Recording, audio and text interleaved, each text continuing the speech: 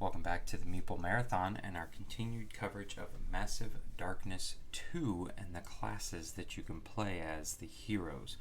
Today we are covering our final class, and that is the Monk class. So the Monk class comes in the Monks and Necromancers versus Paragon small box expansion, and the Monk class gives me the most Gloomhaven vibe. I'm just going to cover that right now, because basically you're going to be playing a Chakra card, which we see our starting Chakra cards here, each turn. You must play one down. It's going to give you bonuses, abilities, things like that. They're going to take place during this turn, and then you're going to discard them, but that doesn't mean you're not going to get them back. At a certain point, you're going to play a card and you're going to get those back. You're also going to heal based on how many you get back. So let's take a look at setup. It's very straightforward. You're going to want to find your 4 starting Chakra cards. They are a lighter blue. Then you can see these here are increasing in shades of darkness, but they also have starting Chakra here on the backside. Most of them have dual keywords at the top, except for meditation. This is your kind of special starting Chakra card that we'll talk about here in a second. You're also going to have all these tokens over here that are specific to the Monk class, but essentially when you either gain them or if you give them to another hero, another player, these can be spent at any given time to increase attack, increase defense, or reroll dice. That's pretty much all they are. Once you spend them, you put them back into the Monk's supply pool. Alright, so you just have a bunch, I guess. Maybe they, because this seems like a lot, maybe they determined that at some point you really could use all these, or maybe they were just trying to use up the piece of cardboard that was the size of the box. I don't know. Alright, so let's just look briefly at our chakras here. So, for example, guidance and mana. Here, when you play this chakra, place 1 mana for each active and discarded chakra on this card. While this chakra is active, heroes may spend mana from this card as their own. So you're going to play this down, and this counts as your active one, so you have at least 1 active one. And then say you've already played 2 others, and we'll make our discard pile way over here. That's actually going to be 3 mana that can be placed on this card. Agility and speed. Your first move action of the round has +1 movement point for each active and discarded chakra. Again, the more you have used and the later on you hold on to this, the more beneficial it's going to be. Combat and aggression. When you play this, gain 1 token, so 1 attack token.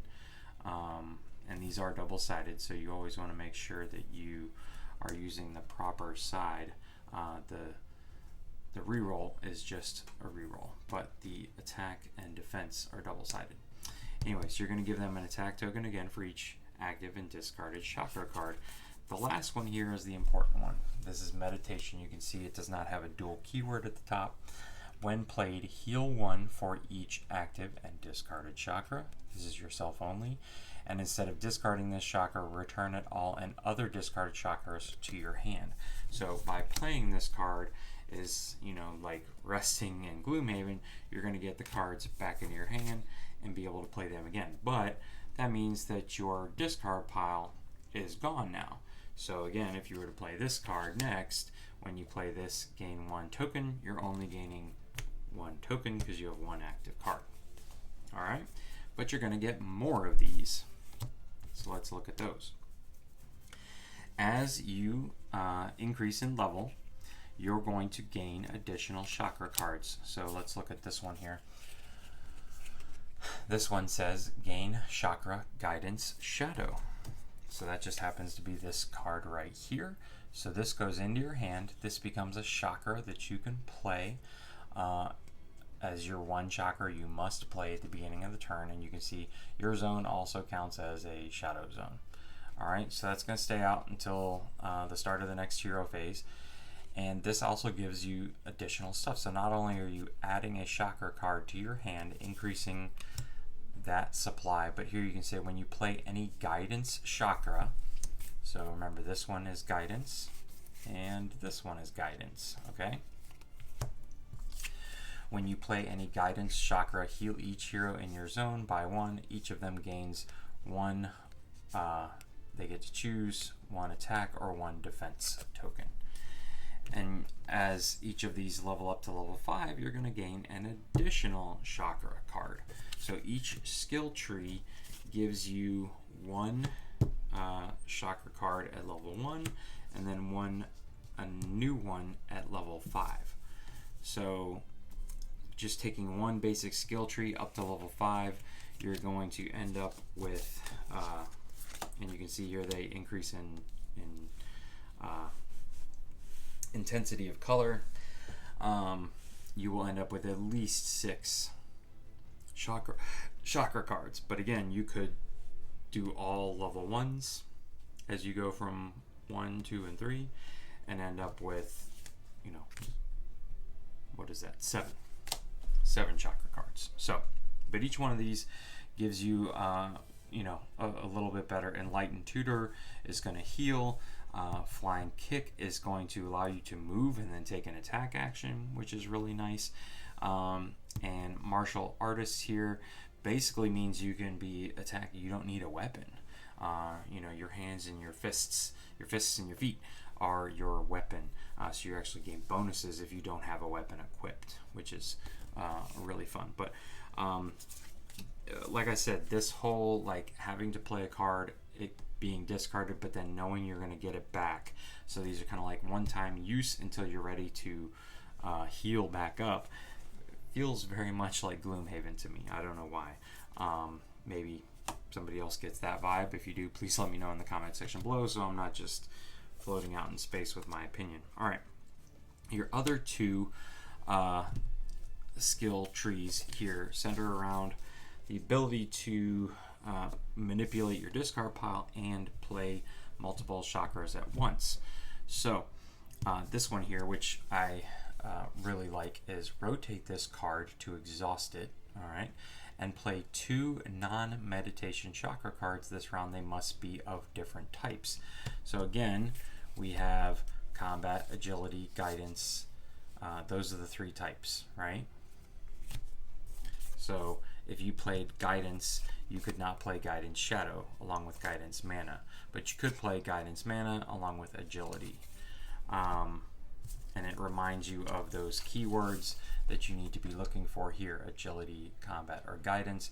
Then you get to refresh this card when you play meditation. So not only do you heal, you get to get this ability back. Okay, and as you level up even more, it's just going to be playing 2 non-meditation chakra cards this round, so they don't have to be of different types.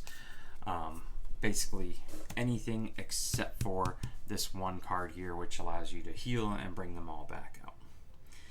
Then your other discipline here basically allows you to, once you play a chakra card, you can then get, say you play combat aggression, you can get combat prowess back from the discard pile.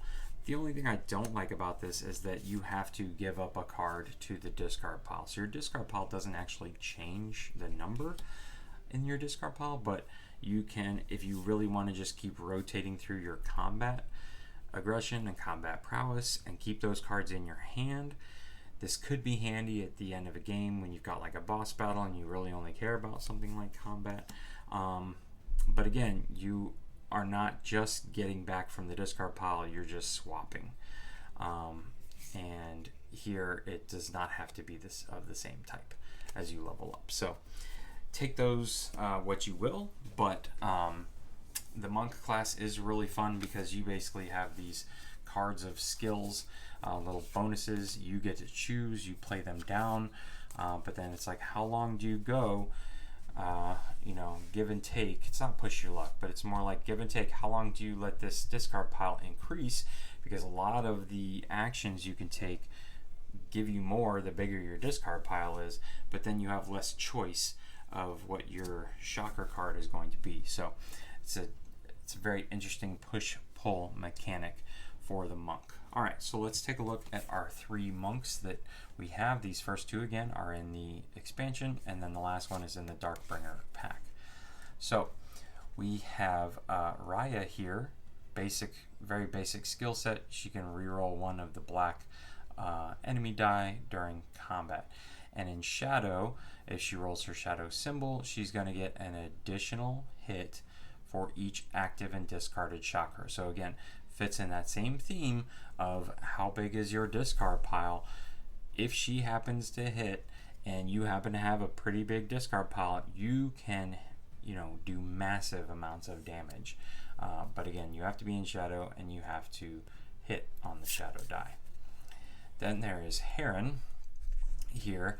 Basically, Heron is built for defense. He can spend a mana to gain 1 additional defense die, and then his Shadow ability is to return 1 discarded chakra card to your hand.